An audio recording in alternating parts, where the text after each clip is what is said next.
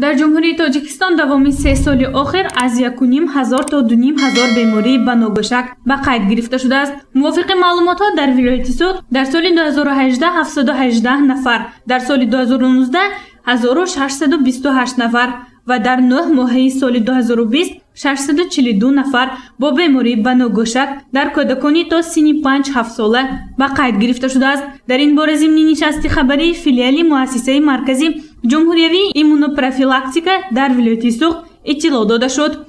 واکسن سرچه به نوگشک گلافشان به جمهوری تاجیکستان уже وارد شدگی زیاد از 300,000 وایه و با ولایت ما با روزهای نزدیک وارد می شود. هر یک کودک از روی تقویم بر ضد مناکنون از تقویم نو بر ضد 12 بیماری ایمونیزاسی می گذرانیم. بعد از تولد در 24 ساعت اول از ایمونیزاسی سر میشن و تا 6 سالگی هر یک واکسن مهلت خودش دارد.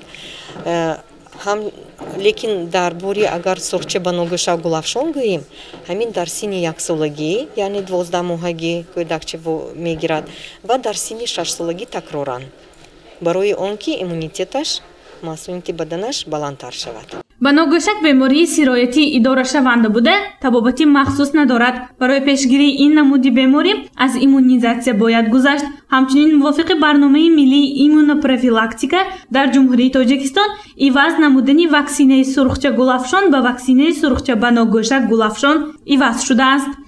واکسینه سرخچه گلافشان این دووالنت واکسینه می باشد که از بیماری سرخچه و گلافشان پیشگیری میکند و واکسن سرخچه به نوگشک گلافشان از 3 بیماری پیشگیری میکند. آریزه های این بیماری این منینگیت میشد، کارشوی، ارخید و اهم وزنینش این بیزوریوتی. از روی تقویم ملی ما این واکسینه در سن 1 سالگی و تکرارا در سن 6 سالگی به کودکان وارد میکنیم. با واسطه سوزاندارو این واکسن به خطر می باشد. از طرف تشکیلات جهانی تندرستی سرتیفیکاسیون شدگی. در پیشگیری بیماری‌های سرایت شونده ایمونیزاسیون ماهیتی مهم را به جا می‌آورد. برنامه ملی ایمونوپروفیلاکتیکا در جمهوری تاجیکستان برای تکمیل سیستم ایمونوپروفیلاکتیکا در قلمرو جمهوری و اینچنین بهتر نمودن سلامتی کودکان روانه شده است.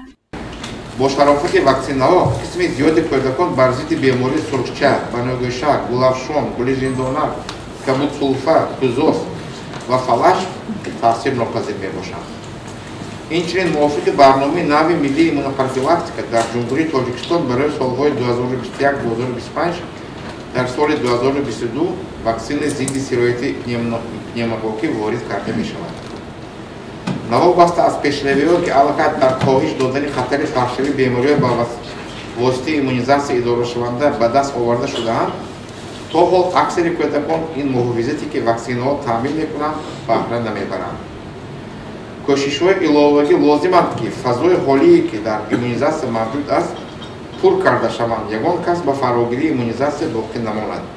بعد وارد شدن واکسینه ها به ولایت سوات آن به تمام شهر و ناحیه‌های ولایت تقسیم کرده می شود. وزارت تندرستی و حفظ اجتماعی اهالی جمهوری تاجیکستان برای سریع وقت فرا گرفتن کودکان با همه واکسینه های پیش بینی شده کاربری می کند. این طلبات موافق تقویم ملی ایمونیزاسیون پیش بینی شده است. گزارش گنجین عالم و نعیم جان ایوبوف برای برنامه اطلاعاتی خبر.